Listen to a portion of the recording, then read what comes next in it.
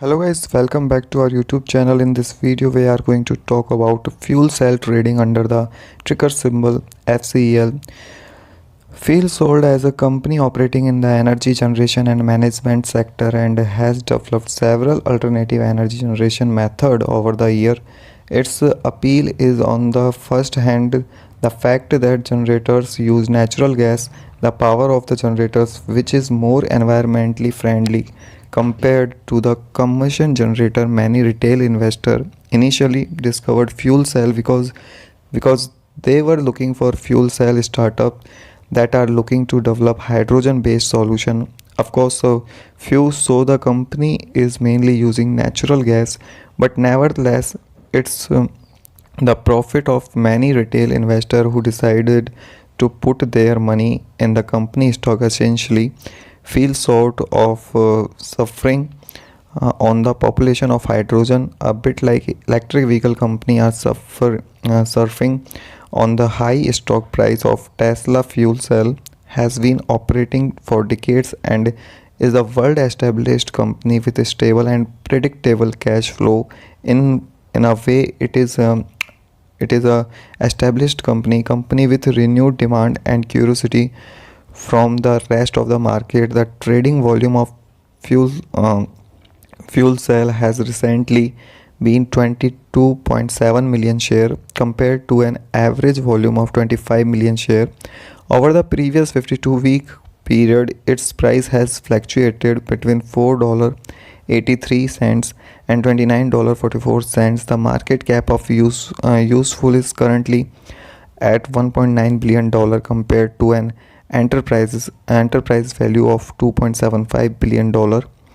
In its enterprise value, the difference between the market cap and its enterprise value is the premium or discount financial market is willing to allocate to the company based on its current fundamentals, leverage as assets and composition and macroeconomic trend.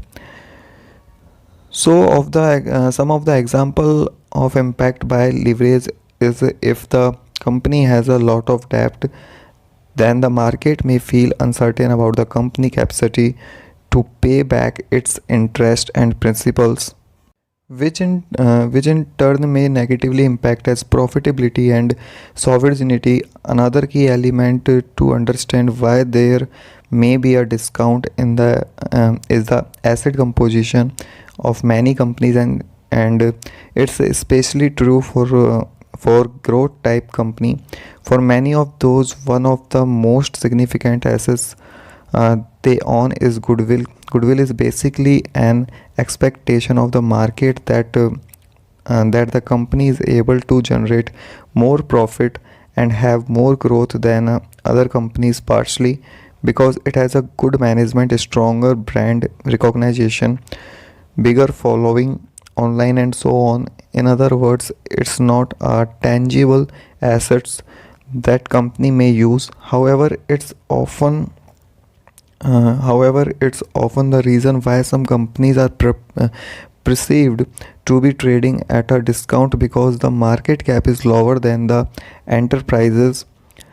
So, enterprises value, which is the value of market, giving the assets one of that are paid off without being said. In the case of you sell my feeding, is that the company is subject to a lot of speculative element.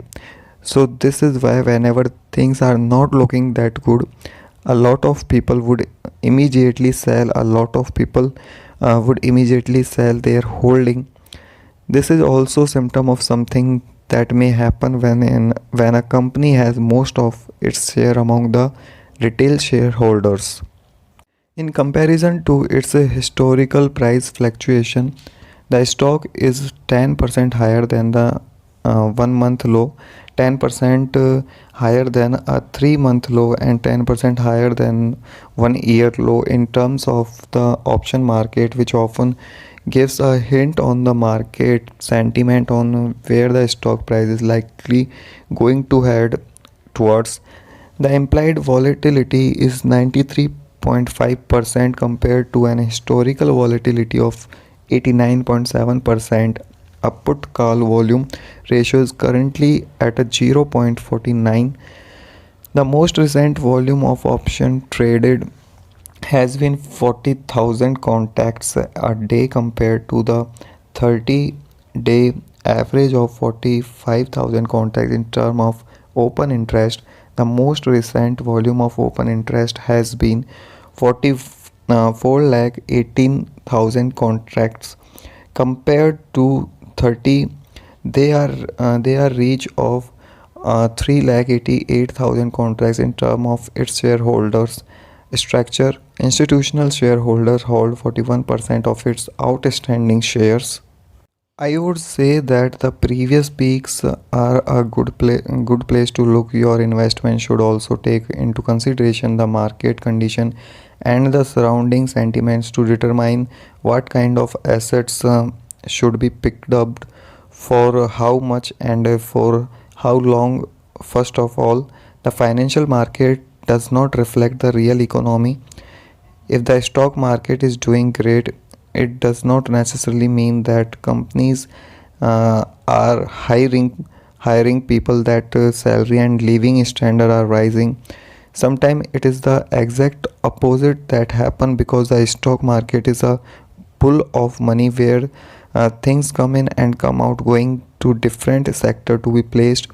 The capital may be used to be invested in a company to improve its efficiency and productivity, but it can also be used to buy up share and assets in order to make a profit.